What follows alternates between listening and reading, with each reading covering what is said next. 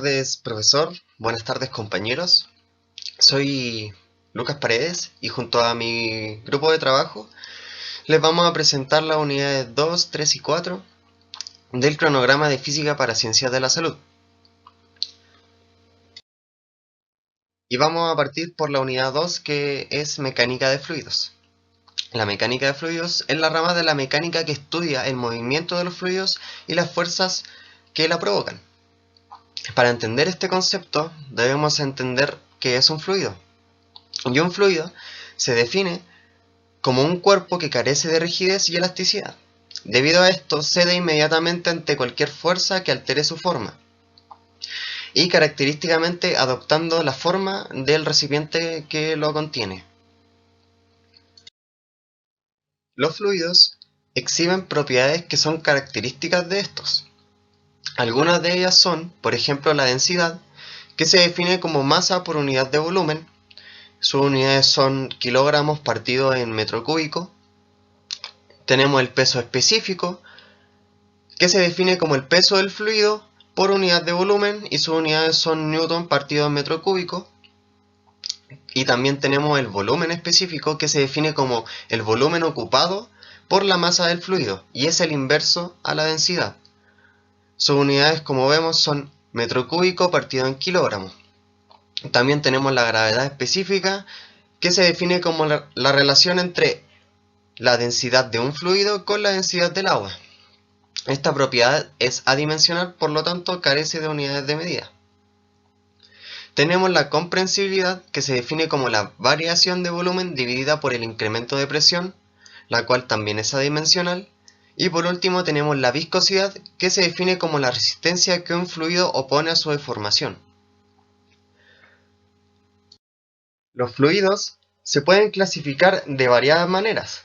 Se pueden clasificar ya sea por compresibilidad, existiendo fluidos compresibles e incompresibles, o ya sea por viscosidad, existiendo fluidos newtonianos como no newtonianos. Pero nosotros vamos a clasificar a los fluidos de manera más general y vamos a hablar de fluidos en reposo y fluidos en movimiento. Los fluidos en reposo son aquellos fluidos que ejercen una fuerza sobre las paredes del recipiente que lo contiene y sobre cualquier objeto que se encuentre sumergido en ellos. El estudio de los fluidos en reposo se llama característicamente hidroestática, mientras que los fluidos en movimiento son fluidos que no se encuentran estáticos y su estudio se denomina hidrodinámica. En la hidrostática hay dos principios importantes. El primero es el principio de Pascal, que dice que un cambio de presión aplicada a un fluido en reposo dentro de un recipiente se transmite sin alteraciones a través de todo el fluido. Es igual en todas las direcciones y actúa mediante fuerzas perpendiculares a las paredes que lo contienen. ¿Qué quiere decir? Que, por ejemplo, acá nosotros tenemos una bomba donde hay un fluido que está sellado y se le va a ejercer una presión. Esta presión se va a transmitir a través de todas las partículas del líquido y todas las paredes del recipiente. Es por esto que cuando ejercemos una presión, los tampones van a reventar, van a salir disparados al mismo tiempo porque la presión se transmite al mismo tiempo. Ahora el principio de Pascal. Vamos a ver un ejemplo del principio de Pascal en una prensa hidráulica. Tenemos la prensa hidráulica con un área mayor que la otra. En los extremos hay un émbolo que están señalados con las flechas rojas. En el émbolo pequeño va a actuar una fuerza en un área 1. Por lo tanto, va a ejercerse una presión que está señalada con las flechas negras. Esta presión se va a transmitir a todas las partículas del agua y a todas las paredes de esta prensa hidráulica. Por lo tanto, en el émbolo 2 se va a ejercer una presión 2 en un área 2 y finalmente una fuerza hacia arriba. ¿Qué dijo Pascal? Que la presión se transmitía a todas las paredes de la prensa porque el líquido o el fluido es incomprensible, que quiere decir que no se va a comprimir.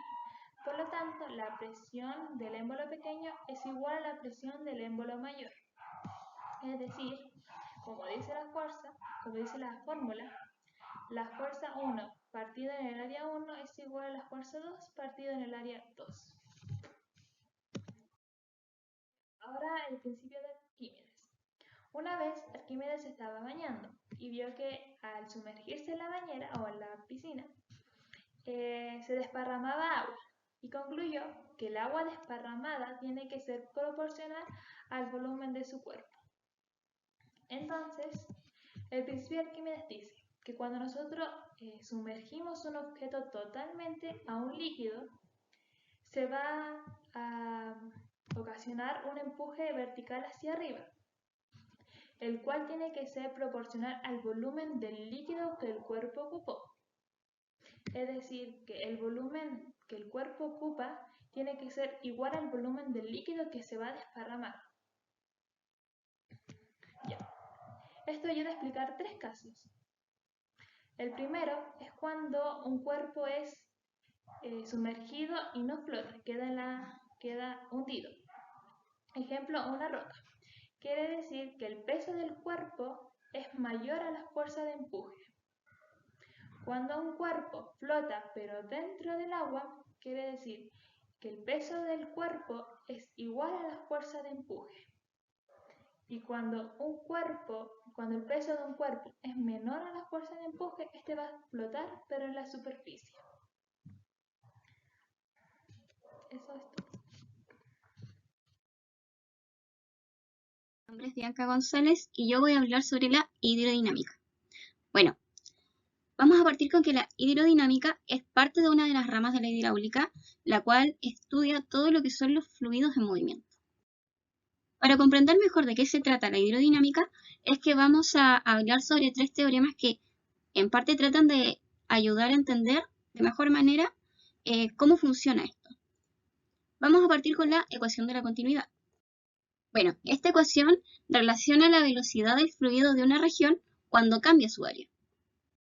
Entonces, como definición, vamos a tener que cuando un fluido fluye por un conducto de un diámetro variable, puede cambiar, su velocidad cambia, debido a que la sección transversal va a variar de un conducto hacia el otro. En todo fluido incompresible con flujo estacionario y de régimen laminar, la velocidad de un punto cualquiera de ese conducto va a ser inversamente proporcional a la superficie en ese punto en la sección transversa del mismo. Entonces, en pocas palabras, vamos a tener que la ecuación de la continuidad nos permite analizar ejercicios en los que tenemos un tubo, por ejemplo, en el que va a pasar un fluido y ese tubo de cierto diámetro va a cambiar. Un ejemplo se va a achicar. Entonces, ahí vamos a tener un claro ejemplo de la ecuación de la continuidad.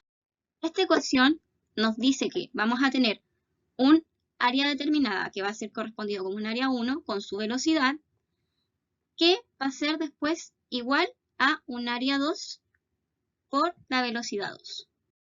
También podemos encontrar expresada esta ecuación como G1 va a ser igual a G2, que quiere decir que el gasto 1 va a ser igual al gasto 2. Bueno, y la cantidad de área-volumen, que es constante en cualquier tubo de corriente, se va a llamar flujo de volumen o gasto. Entonces, para finalizar, lo que nos quiere decir la ecuación de la continuidad es que el gasto 1 va a ser igual al gasto del volumen 2. Bueno, y ejemplos de esto, más cotidianamente podemos encontrarlos como en las cañerías o tuberías de agua de todas las casas, en donde parten con un tubo de cierto diámetro y después cambia a un tubo más pequeño. Bueno, otro de los teoremas o principios que vamos a ver para que nos ayude a entender mejor es la ecuación o el teorema o el principio de Bernoulli. Bueno, la ecuación de Bernoulli establece que dentro de un flujo horizontal de fluido, los puntos de mayor velocidad del fluido deberán tener una menor presión que los puntos que cuentan con una velocidad menor de fluido. Esta ecuación nos da a entender que un flujo ideal sin viscosidad ni roce relaciona la velocidad, la altura de dos puntos cualquiera de un flujo que se encuentre en un régimen laminar a una velocidad constante. Lo que describe es que mientras mayor sea la velocidad que tenga el fluido, menor será la presión. Además plantea que es un fluido horizontal, pero que no tiene que tomarse de manera literal, o tan literal, ya que la trayectoria de un fluido no siempre va a ser horizontal. Puede tener variaciones ya sea de altura o de inclinación. Y por último vamos a tener el teorema de Torricelli, que es la aplicación del principio de Bernoulli y que estudia también el flujo de un líquido contenido en un recipiente a través de un pequeño orificio bajo la acción de la gravedad. Entonces vamos a tener que la ósmosis es el fenómeno en el cual las moléculas de un disolvente se difunden pasando de una disolución de menor concentración hacia una mayor. Debido al flujo, aparecen unas diferencias de niveles en los compartimientos que van a ser separados por la membrana semipermeable. Cuando alcance el equilibrio, va a cesar la ósmosis. Como concepto también vamos a tener la presión osmótica, que es la presión hidroestática necesaria para detener el flujo de un disolvente a través de una membrana semipermeable que separa dos disoluciones diferentes.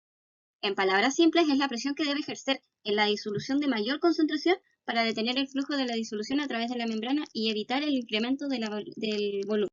Entonces, relacionando los dos conceptos, si la presión aplicada es igual a la presión osmótica, va a aparecer la osmosis inversa, que es el disolvente va a ser obligado a difundirse hacia la disolución con menos concentración dinámica, que es la parte de la biofísica que estudia el flujo de la sangre en el sistema circulatorio, basándose en los principios físicos de lo que es la dinámica de fluido.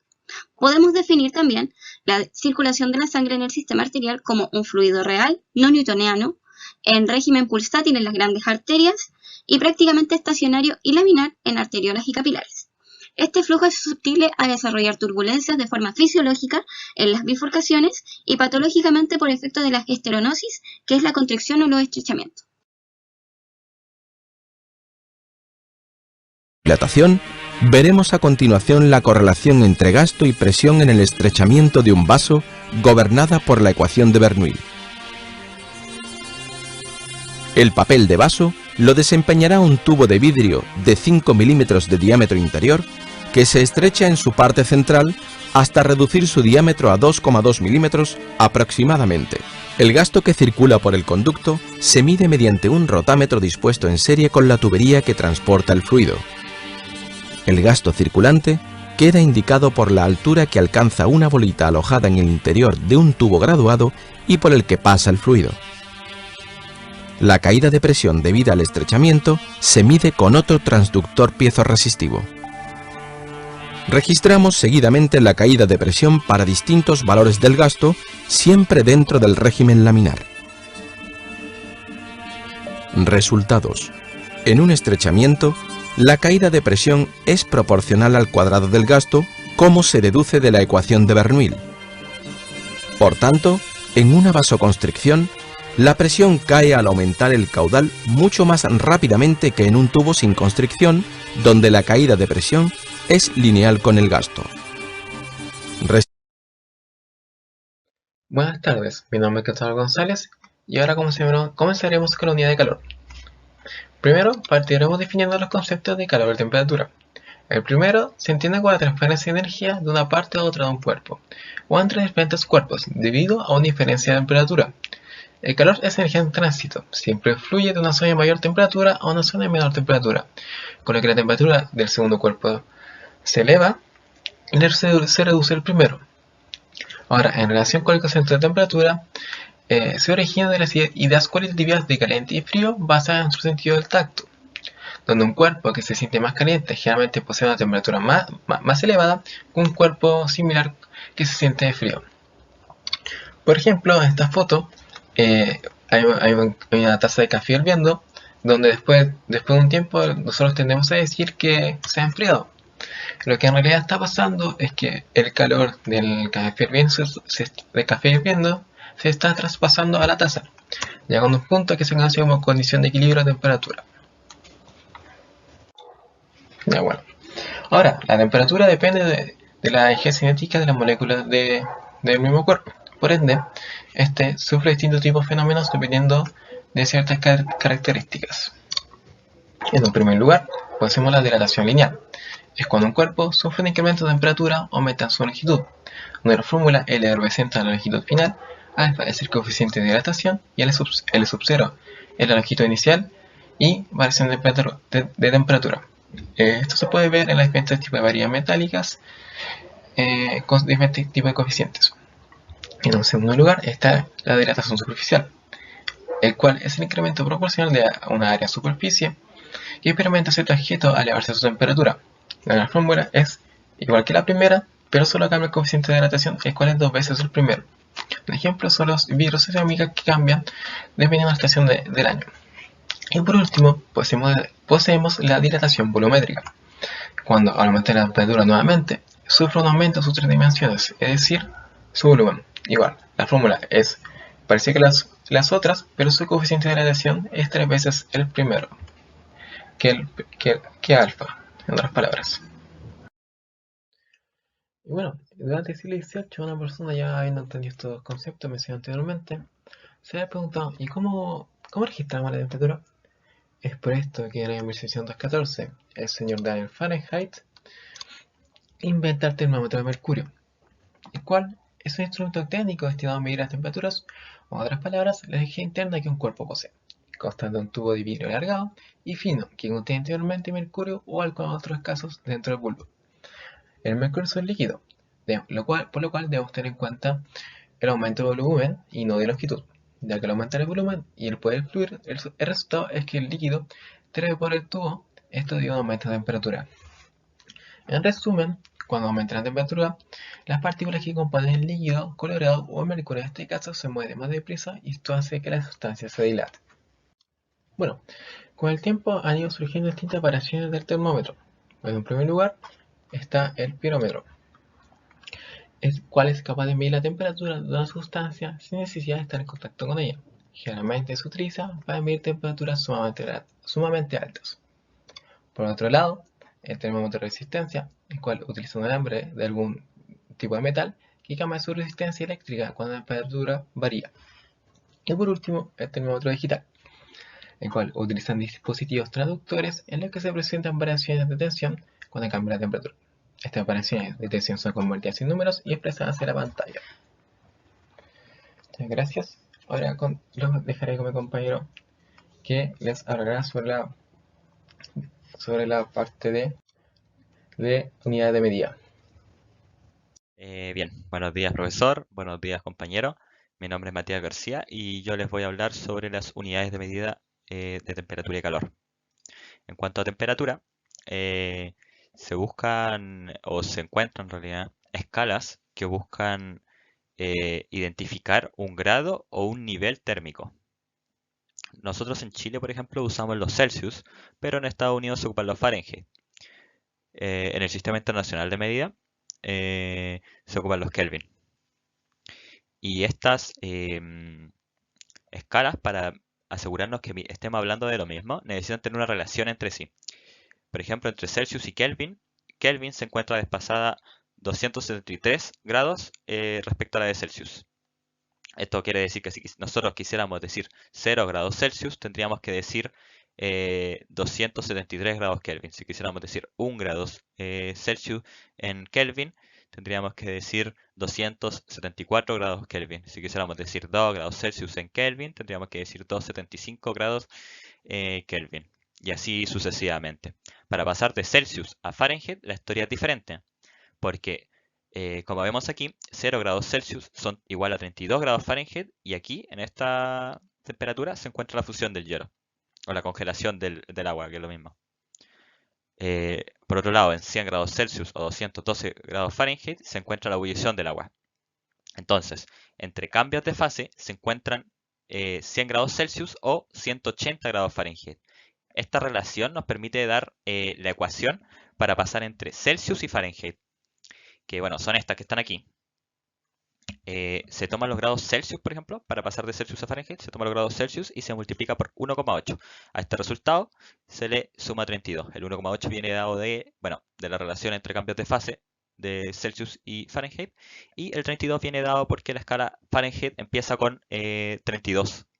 La temperatura 0 en Celsius son 32 grados Fahrenheit. Para pasar por otro lado de Fahrenheit a Celsius se debería hacer la operación inversa. Por lo tanto, tomamos los grados Fahrenheit y se le resta 32. A este resultado se le divide por 1,8 y pasaríamos de Fahrenheit a Celsius. En cuanto a las unidades de calor, el calor o las unidades de calor buscan medir una energía. Por lo tanto, en el sistema internacional la unidad de calor es el joule. Pero también se suele usar mucho la caloría o el BTU, que es la unidad británica. Estas unidades entre sí también tienen que tener una relación para poder decir que estamos hablando de lo mismo. Entonces, una caloría son cerca de 4184 joules y por lo tanto un BTU también tiene que ser equivalente a joules, que son cerca de 1000 joules. Antes de continuar, mencionar qué es el calor específico. Bueno, el calor específico sería la cantidad de calor necesaria para que elevemos la temperatura de una unidad de masa en 1 grado Celsius. Para conseguir saber la cantidad de calor necesaria, existe esta fórmula, que es, bueno, variación de calor dividida entre masa por la variación de temperatura. Cuando uno dice variación o delta, se refiere a, bueno, en este caso, por ejemplo, temperatura final menos temperatura inicial. Hola, buenos días. Mi nombre es Rubén Varela. Para continuar con la unidad de calor, voy a hablar sobre la capacidad calórica específica. Bueno, por calor específico se entiende como la cantidad de calor requerido para elevar la temperatura de una sustancia en 1 grado Celsius. Para esto se ocupa la siguiente fórmula, en donde C es el calor específico, delta Q el calor transferido. Esto está dividido en la masa de la sustancia por la variación de la temperatura. Y la unidad de medida del calor específico son los joules partido en kilogramos. Los cambios de fase ocurren en un punto que se conoce como calor latente. Este es un calor que mantiene la temperatura constante, pero produce un cambio de estado. Por ejemplo, acá podemos ver el calor latente de sublimación, en donde el hielo seco es extraído a una temperatura ambiente y comienza a desprender un humo blanco, pasando de estado sólido a estado gaseoso. Mediante esta simulación veremos otros dos cambios de fase que experimenta el agua.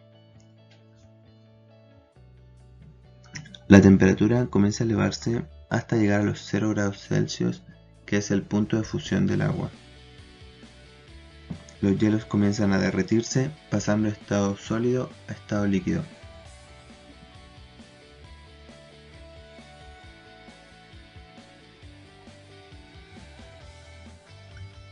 Luego la temperatura sigue aumentando. Esta se conoce como calor sensible o calor específico, ya que se aumenta la temperatura pero no produce ningún cambio de fase.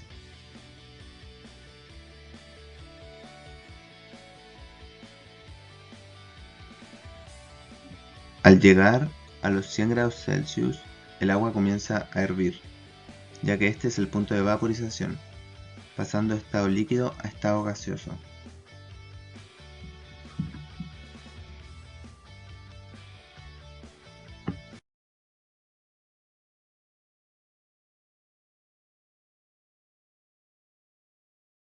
La transferencia de energía calórica ocurre desde un cuerpo de mayor temperatura hacia un cuerpo de menor temperatura, o sea que va desde lo caliente hacia lo frío.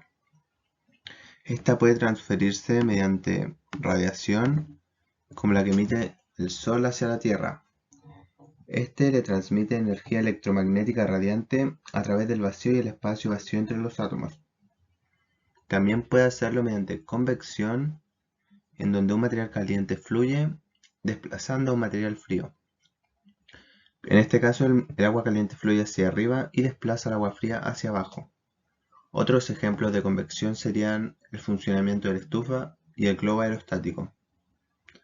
También veremos que puede hacerlo mediante conducción, como ocurre en esta simulación.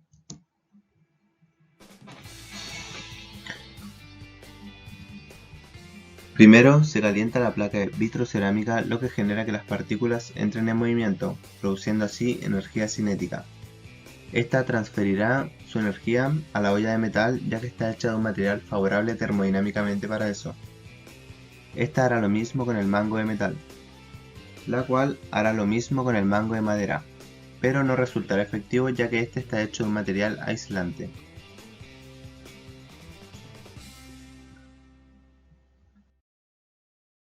Saludos, mi nombre es Sebastián Maripán y el tema del cual voy a hablar son las ondas. Para empezar, ¿qué es una onda? Una onda es una perturbación específica de un medio, sea material o no, la cual viaja de una zona del espacio a otra. Dicha perturbación transporta energía y movimiento, pero nunca transporta materia. ¿Cómo podemos clasificar una onda? Una onda se puede clasificar según 5 criterios que actualmente existen, según extensión del medio, medio de propagación, dirección de propagación, periodicidad o dirección de vibración del medio. Según la extensión del medio, una onda puede ser clasificada en viajera o estacionaria. Una onda viajera es aquella que viaja a través del espacio de un medio material o no y nunca vuelve a su lugar de origen. Eso es una onda viajera. Lo contrario es una onda estacionaria. Es una onda que queda relegada a una zona específica del espacio y causa interferencia con ella misma, porque la onda se ve reflejada constantemente.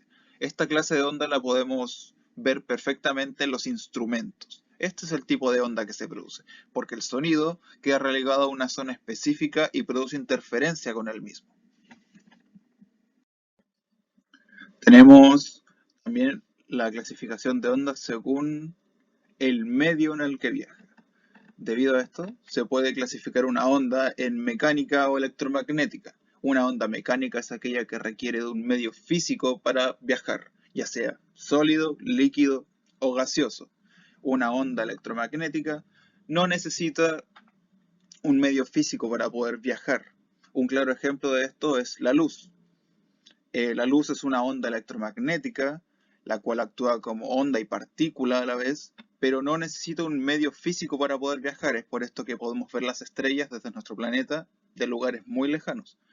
Y otro ejemplo de una onda mecánica es el sonido. Necesita sí o sí un medio material para propagarse. Es por eso que el sonido no viaja en el espacio. Según la dirección de propagación de una onda, se puede clasificar de 3 formas distintas. Una onda puede ser unidimensional cuando viaja a través de una dimensión espacial. Puede ser una onda bidimensional cuando viaja a través de 2 dimensiones espaciales, como una perturbación sobre un estanque de agua. O puede ser una onda tridimensional, que es una onda que se propaga ya en las 3 dimensiones espaciales. Que esto, un ejemplo claro, sería el sonido. Otra forma de clasificar a las ondas es según su periodicidad. De aquí salen otras subclasificaciones, que sería una onda no periódica y una onda periódica. Una onda no periódica es aquella en la que cada pulso de la onda está dividido por intervalos irregulares de tiempo. No existe una armonía, una concordancia entre los intervalos. En cambio, en una onda periódica, también llamada armónica, existen intervalos equivalentes o iguales de tiempo entre cada pulso. Otra forma de clasificar a las ondas es según la dirección de la vibración del medio. Cuando una onda viaja en un medio material, hace vibrar a las partículas que están alrededor del medio físico. Esto se puede clasificar de 2 formas, una onda longitudinal y una transversal. Una onda longitudinal es aquella en la que las partículas del medio vibran en la misma dirección en la que se propaga la onda. En cambio, una onda transversal es aquella en la que las partículas del medio vibran de forma perpendicular a la dirección en la cual se está propagando la onda ya mencionada. Existen una serie de elementos espaciales que componen lo que es una onda. Tal es el caso de la amplitud, que corresponde a la distancia máxima que alcanza una cresta o valle respecto a la posición de equilibrio. También tenemos el caso de la longitud de onda, que corresponde a la distancia entre puntos equivalentes de una onda. Esto también nos separa los pulsos. Tenemos también la cresta, que es la parte superior de una onda, y el valle, que es la parte inferior. Existe una serie de elementos temporales que componen a la onda. Tal es el caso del periodo, que corresponde al tiempo en que tarda en producirse cada oscilación o pulso que compone la onda. Está también lo contrario, que sería la frecuencia, que es el número de oscilaciones o pulsos que compone una onda por unidad de tiempo. Esto también se desprende la rapidez de propagación de una onda, en el cual tenemos que la distancia recorrida y la unidad de tiempo son representadas por, en este caso, la longitud de onda y el periodo de la onda. Cabe destacar aquí que la frecuencia y el periodo son inversamente proporcionales. Esto lo vamos a ver en el espectro electromagnético. Lo que es el espectro electromagnético es la forma que nosotros tenemos de clasificar la energía transportada por una onda. Esto también según su comportamiento. Una onda que tiene una longitud pequeña tiene una frecuencia grande, por lo tanto transporta más energía. Por otra parte, una onda con una longitud de onda muy grande ve su frecuencia ampliamente reducida, por lo que transporta menos energía. De este espectro electromagnético también se desprende lo que nosotros llamamos como el espectro visible de la luz. Ahora mi compañera Paloma les va a introducir el tema del sonido. El sonido es un fenómeno físico que se produce por la vibración de un cuerpo o objeto a través de un medio elástico, ya sea sólido, líquido o gaseoso. Se considera una onda mecánica porque requiere de un medio para propagarse. Longitudinal, porque las partículas vibran en la misma dirección de la onda, y tridimensional, porque a partir de una fuente vibra en todas las direcciones. En humanos se percibe el sonido si vibra entre 20 y 20.000 Hz. A esto se le denomina frecuencia del espectro audible. Si la frecuencia de onda es menor a 20 Hz, es decir, está por debajo del límite, se denomina infrasonido. Se ve utilizada en especies como los elefantes, quienes la utilizan para comunicarse a distancias largas. Si la frecuencia de onda está por sobre el límite, es decir, más de 20.000 Hz, se considera un ultrasonido. Este se puede apreciar en especies como los murciélagos y los delfines, que la utilizan con el fin de cazar y orientarse. El sonido posee diversas cualidades que le permiten diferenciarse entre sí. En primer lugar podemos encontrar el tono, el que nos permite diferenciar entre sonidos agudos y graves.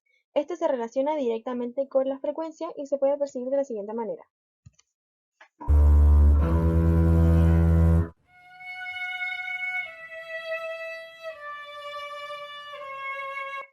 En segundo lugar, encontramos el timbre, que permite diferenciar dos sonidos emitidos por diferentes voces o instrumentos. Este depende de la forma de la onda, ya que los cuerpos vibran de diferente manera. ¡Que no sea! ¿Qué es eso? Un momento, los rinocerontes no nacen en huevos. Y por último está la intensidad, y corresponde a aquella cualidad que determina los sonidos como intensos o débiles. Depende de la amplitud y de la cantidad de energía que se transporte. A mayor amplitud, mayor intensidad, y se percibe de la siguiente forma.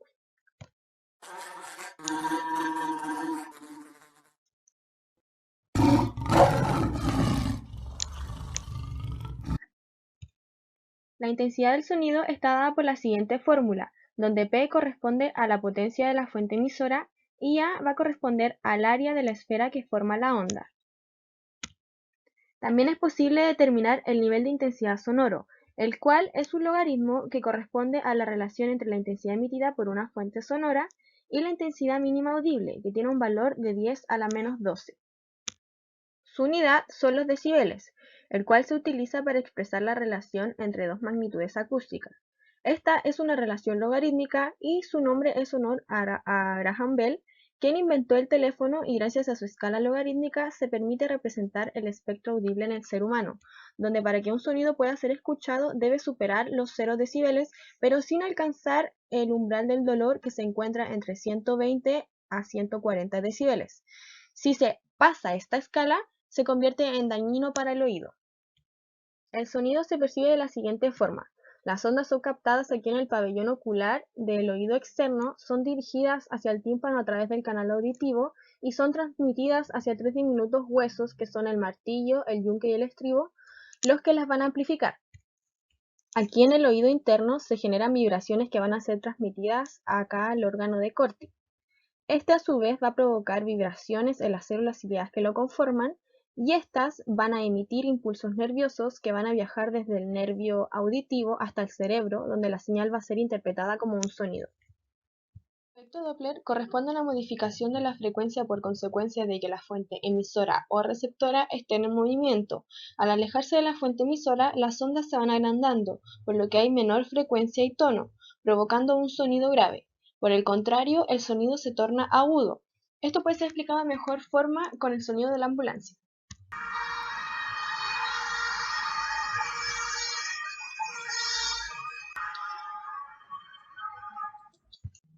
Su fórmula general es la siguiente, donde FO corresponde a la frecuencia percibida por el observador, F a la emitida por la fuente sonora, Vs a la velocidad del sonido, que en un medio como el aire corresponde a 340 metros por segundo, Vo va a corresponder a la velocidad del observador y Vf a la velocidad de la fuente sonora. Este suceso puede estar dado de diferentes formas. Uno puede ser que el observador es el que está en movimiento, ya sea alejándose o acercándose. La segunda puede ser que la fuente sonora sea la que se moviliza, y una tercera va a ser que ambas partes se van a movilizar. Para comprender cada fórmula adaptada a cada suceso hay que tener en cuenta que siempre desde un sentido OAF va a ser positivo.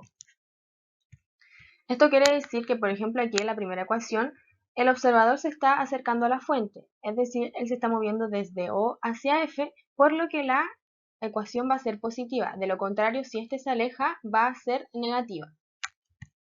En esta segunda ocasión, se tiene de que si la fuente sonora se acerca al observador, va a ser negativo, pues se mueve desde un sentido F hacia O, considerando esto. De lo contrario, si se aleja, va a ser positivo. Y por último, para considerar los símbolos dentro de esta ecuación, es lo mismo. Tenemos que considerar aquí que si se acercan, el observador va de O hacia F y la fuente sonora de F hacia O, por lo que aquí arriba sería positivo y aquí abajo negativo. De lo contrario, si estos se alejan, los símbolos se van a invertir.